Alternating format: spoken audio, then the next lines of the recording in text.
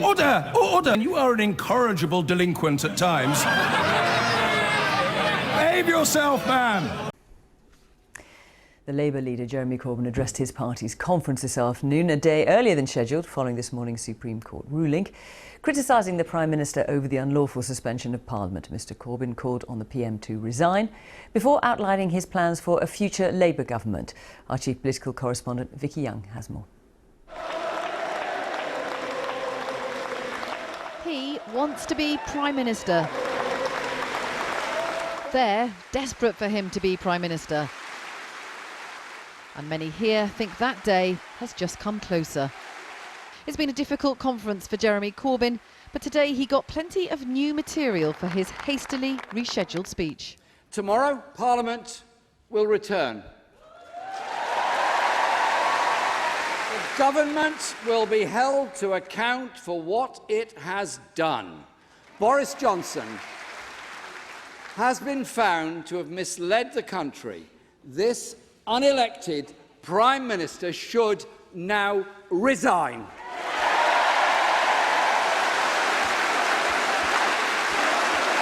Johnson. And there was more. He thinks he's above us all. He's part of an elite that disdains democracy. I tell you this, I don't think he's fit to be Prime Minister.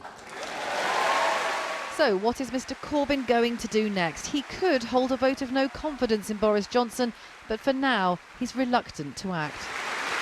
This crisis can only be settled with a general election.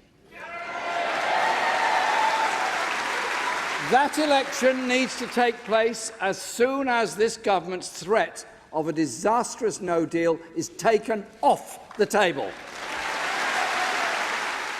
Labour's disagreements over Brexit have been on full display at this conference. They agree they want a second referendum, but Mr Corbyn's top team is split over whether they should say now that they'll campaign for Remain.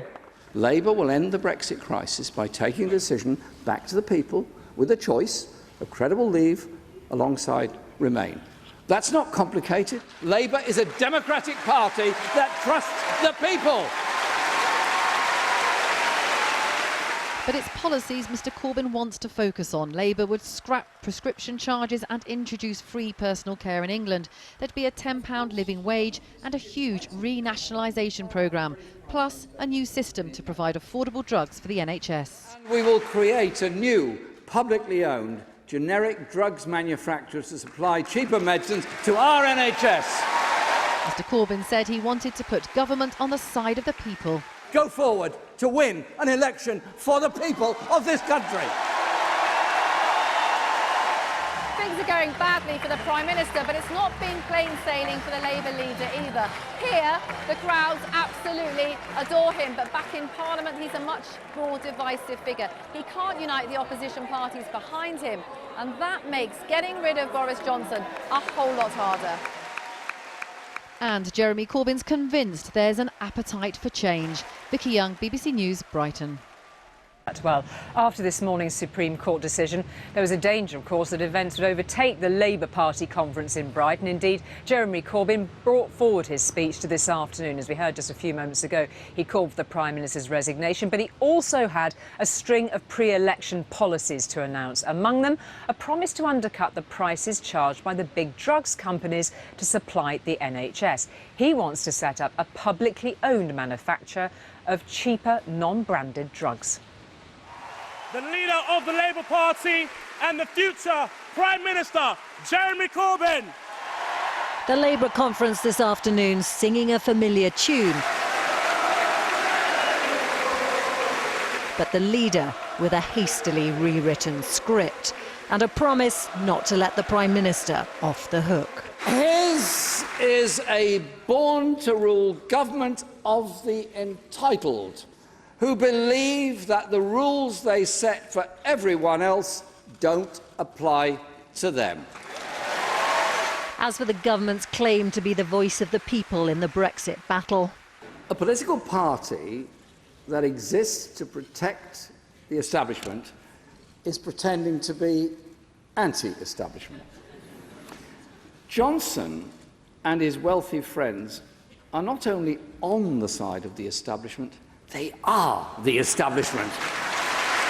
Boris Johnson's troubles were electrifying this audience, but so were some radical policy announcements. Free social care, free prescriptions in England, and a plan to make medicines more affordable to the NHS.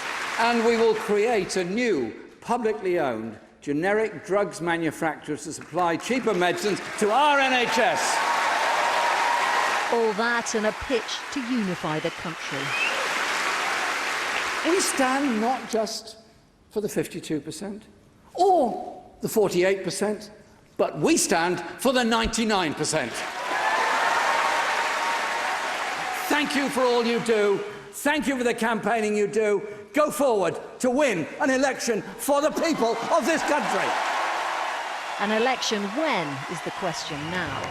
Delegates here are still showing a lot of love and loyalty to their leader, but this has been a conference where self-inflicted rows and now the Supreme Court judgments have drained attention away from Labour policy at a time when this party really needs to look like it's ready for government.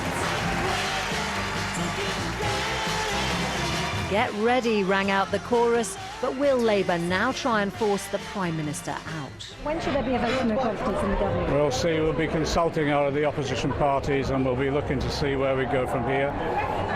Parliament recall tomorrow. There'll be a lot of questions to the Prime Minister. I think there'll be a lot of questions from his own side as well about the circumstances he's drawn the Conservative Party into now. His conference cut short, Jeremy Corbyn left for London. The government's turmoil should be a gift to Labour. They're just not yet sure how best to exploit it. Romilly Weeks, News at 10, Brighton.